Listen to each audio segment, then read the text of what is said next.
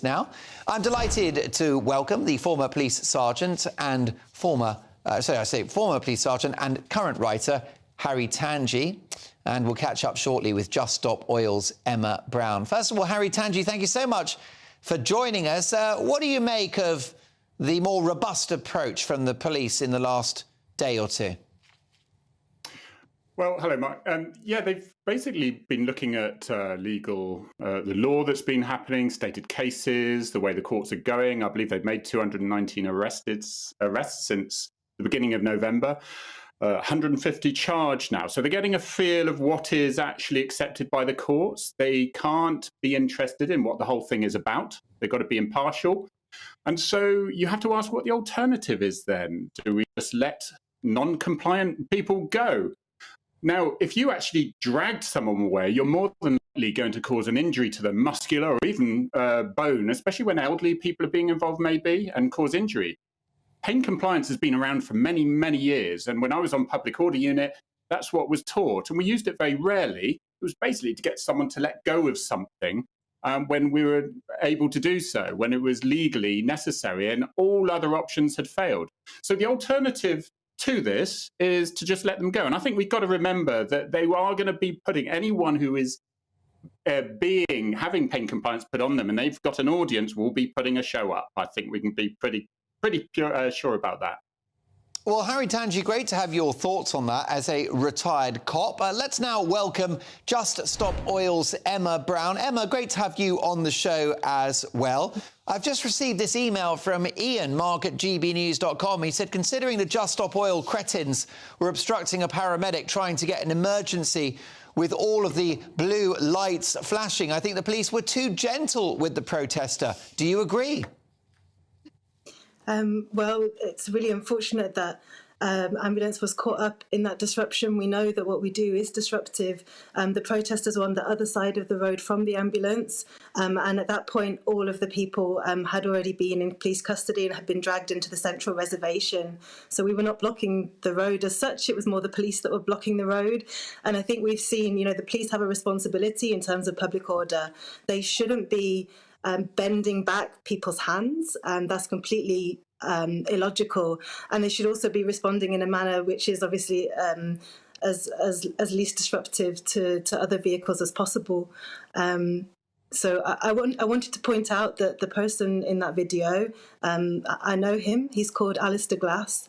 He's a NASA scientist who worked prominently on the James Webb telescope.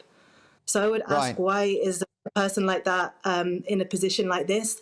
Maybe there's a reason for that.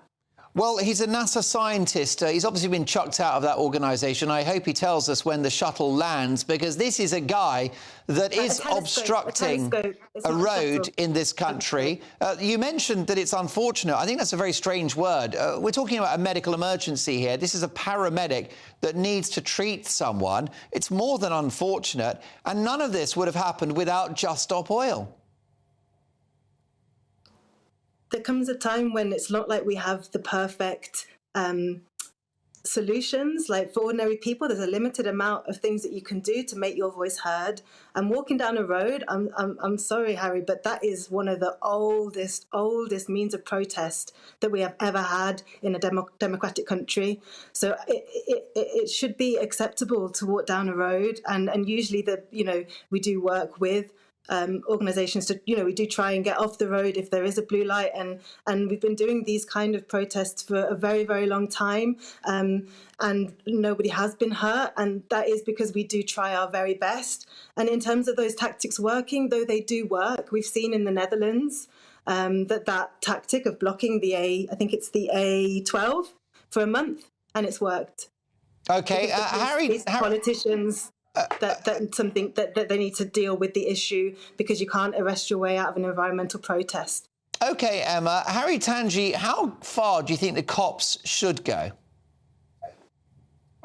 They stick to the usual rules, and that is tried and tested. And thank you, Emma, for your advice on how they should be dealing with these disruptive people. But whatever you think about it, the police have had many, many years' experience and expertise on it, and have developed these skills to cause as few injuries as possible in the circumstances. And we have to deal with non-compliant people, and sometimes it looks slightly untidy. And the best bit about British policing, which you don't get in many other countries, it doesn't matter if he's a NASA scientist or the man next door. It doesn't matter who they are. If they're considered to be breaking the law and obstructing the highway or causing a criminal offence, then he's dealt with in the same way, as appropriately, justified, proportionately, all those things. And that's how it seems to have been done. All right. Lots of shouting and screaming. Okay. I'm not sure it's entirely necessary. Yeah, he was a NASA scientist. Now he's a space cadet. His hand.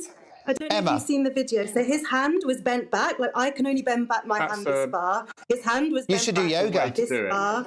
That is pain compliance. And I think that it doesn't matter what job you do, nobody should be dealt with in that way. That person was being then be compliant. There is that the law has been changed about every 5 minutes with this new Home Secretary. Doesn't hurt. There is procedure. The procedure is that the police lift each person, one person per limb and one behind the head, and that is how you get somebody who's not compliant. I used it for 30 years. I'm sorry, I used it for 30 years, Emma. 30 years. I was frontline. For 30 years, literally, you were on the fatal investigation team and the armed response team. That is not about peaceful protesters. No, I was armed response, and you attend incidents that aren't firearms incidents. But did this look like an armed response incident? Do you think it's acceptable for the police to harm and to cause pain to citizens that are peaceful? He wasn't harmed.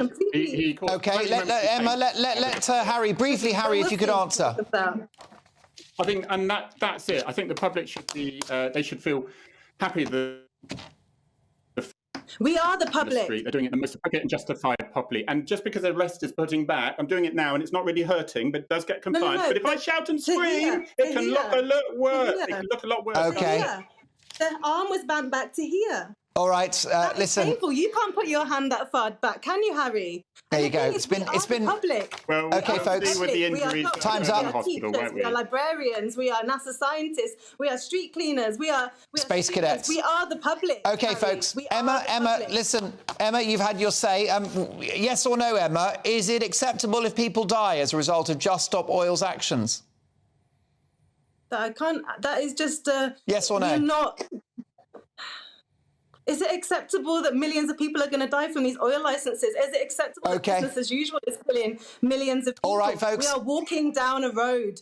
Emma, listen, always good to have you on the show. Thank you for your thoughts. Emma Brown from Just Stop Oil. Good on you for joining us. And also my thanks to Harry Tangye, former top police sergeant and now very successful writer. And I had no idea I was so bendy. Wait till Mrs. Dolan finds out. Now, who do you agree with?